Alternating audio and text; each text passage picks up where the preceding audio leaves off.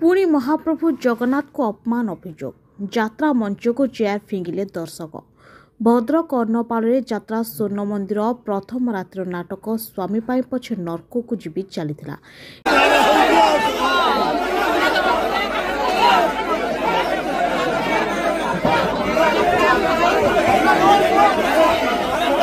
इस समय डायलॉग रे महाप्रभु जगन्नाथ को अपमान बोधक शब्द और हिंदू धर्म को अपमान कला भली किछि दृश्य थिला, जहाँ देखि दर्शक उत्तेजित होई चेयर फोपाड़ी यात्रा बंद कर देथिले।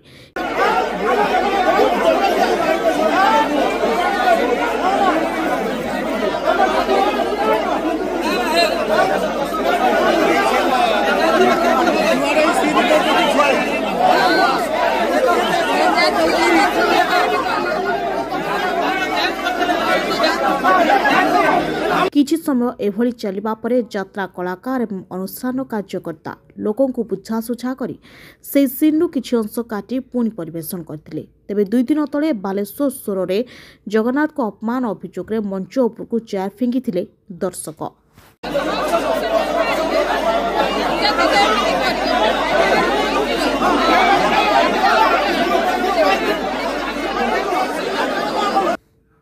ब्यूरो न्यूज, समीक्षा न्यूज लाइव।